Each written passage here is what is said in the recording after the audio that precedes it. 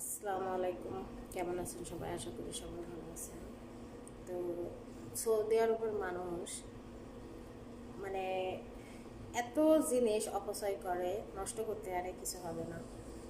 আর আমরা যদি যারা বাসা বাড়িতে থাকি তারা যদি যদি কিছু জিনিস নষ্ট করি, মানে নষ্ট বলা না, হঠাৎ হয়ে যেতে পারে। আবার যে খাবার খায় সে ভাতগুলো যদি যেটা ময়লার ড্রাম আছে ওইটার ভিতরে সরাসরি ফেলে তাহলে বলে যে হারাম। আর বাইরে ফেলতে হবে, পাখি এটা সেটা খাবে, সমস্যা। তো ওটা হারাম, মানে অনেক ভাত নষ্ট করে ফেলে দেয়, ওগুলো হারাম না। আর যদি আমরা মাজা ঘষা করতে যাই ফেলে, ওইটা হলো হারাম হয়ে যায়। আর একটা জিনিস দেখাচ্ছি, যেটা টিকটকে আপলোড করতে পারবো না, কারণ ওই আইডিটা ওদের কাছে আছে। ওরা জিজ্ঞেস করে কি এইটা কি বলছিস সেই। আর আমার ইউটিউবের ওইটা পায় না ওরা, সেজন্য আমি টিকটকে আপলোড করতে পারি না, ইউটিউবে আর ফেসবুকে আপলোড করি। তো আমি দেখাচ্ছি কী করেছে। কালকে রাত্রে বানাইছে, কেক বানাইছে, কেকটা ভালো ছিল, ওর মা বানাইছে। আর আমার ম্যাডামের মেয়ে বানাইছে দুইটা। দেখেন কি অবস্থা। হয়তো হয়তো কী দিয়ে এনে জানে যে পিৎজা তৈরি করেছে, ঠিক আছে। আমার মনে হয় যেটা পিৎজাটা তৈরি করলে ফোলে ওইটা দেয়নি, মানে ওই পাউডার, বেকিং পাউডার দেয়নি। আর একটা পাউডার আছে, ওইটার নাম আমি জানি না, কুটি কুটি বুন্দির মতো, সুজির মতো আর কি। এ দেখেন, মানে এটা এখন ফেলে দিতে হবে এইটা। আর এই যে এটা তৈরি করেছে, এটা তো একটুখানি ভেঙে মনে হয় দেখেছে যে ভালো হয়েছে কি না। এটাও ধরেন যে এই কোনায় ভেঙেছে। এইটা বানাইতে কমস কম দুইটা পিৎজা তৈরি করতে তো ভালো পরিমাণ টাকা খরচ হয়েছে। ডিজাইনটা খুব সুন্দর হয়েছে, ঠিক আছে। আর এটাতে কি কি যেন দেয়, আর এইগুলো একটু আমি চিনি, যৌবন আর এটাতে কি যেন বলে, জৈতুন, ঠিক আছে। আরও অনেক কিছু আছে দিয়েছে, যেটা চিজ চিজ দিলে ওটা একটু পিৎজাটার মানে আসল মূলতন জিনিসটাই হলো চিজ, যেটা আমাদের বাংলাদেশে চিজ বলে, আর এখানে যৌবন বলে। যৌবন অনেক রকম আছে, এটা হলো চিজ যৌবন, যেটা পিৎজা তৈরি করতে দিতে হয়। এগুলা যে বানাইছে এগুলা যদি ফেলে দিই, ওরা তৈরি করেছে সমস্যা নেই।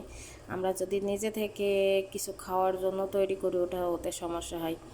এইরকম খাইতে হয় না, মানে মিষ্টি জিনিস, আমরা তো বাঙালিরা মিষ্টি আর ঝাল পছন্দ করি, এরা হালকা মিষ্টি খাই ডায়াবেটিক্সের জন্য, না হলেও মিষ্টি কম খাই, আর ঝাল তো খাই না।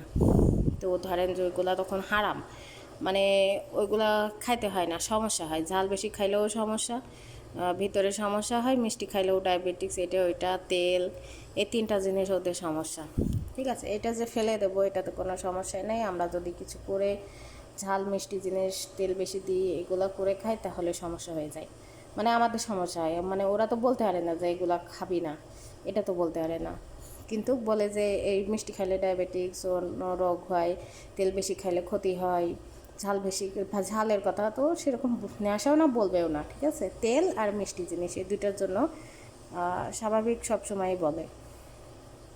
তো ওরা নষ্ট করে ফেলে দিলে কিছু না, কিন্তু আমার বাঙালিরা যদি কিছু করে খায় সেটাতে সমস্যা হয়ে যায়। সরাসরি তো বলতে পারে না যে খাবি না এগুলা, কিন্তু ওরা এই ক্ষতিকারক দেখায় যে এটা হয় সেটা হয়, ঠিক আছে। আমরাও তো জানি মশলা জিনিস তেল জিনিস খাইলে বেশি ক্ষতি হয়, কিন্তু আমাদের মুখের সাথে তো আমরা খাই, আমরা ছোটোবেলা থেকে খেয়ে অভ্যাস। তো এই হলো, দেখেন জিনিস নিম্ন শ্রেণী আমাদের, মানে এখানেও অনেক টাকা খরচ হয়। আমাদের বাংলাদেশে হিসাব করলে 300-400 টাকা মতো খরচ হয়ে যায়, ঠিক আছে। এগুলো নষ্ট হয়েছে, কোনো সমস্যা নেই। এটাই হলো ওদের মানে নীতি, ওরা নষ্ট করলে কিছু নাই, আমরা নষ্ট করলে দোষ হয়। তো এই যে হলো নীতি, ওরা নষ্ট করলে কিছু নয়, আমরা নষ্ট করলে দোষ হয়। ডিজাইনটা তো কিন্তু খুব সুন্দর হয়েছে, কিন্তু আমি টেস্ট করিনি আর খাইনি, এগুলো আমি খুব কম খাইনি বলতে। এই যে কীরকম টেস্ট হয়েছে আমি জানি না, একটু মিষ্টি হলে খাই কিংবা ঝাল জিনিস হলে খাই। এই যে এখন এগুলো ফেলে দিব, মানে এদের ছাগল আছে, ছাগলের জন্য রোদে শুকায় রাখি। ওর বাবার বাসায় আছে, সেখানে যখন অনেক হয়ে যায় ওর ভাই আসে মাঝে মাঝে মাকে দেখতে, মা এখানে থাকে, তখন এগুলো নিয়ে যাই, মানে শুকাই রুটি পাউরুটি এগুলো শুকাই থই। ওইগুলো নিয়ে যায় তখন।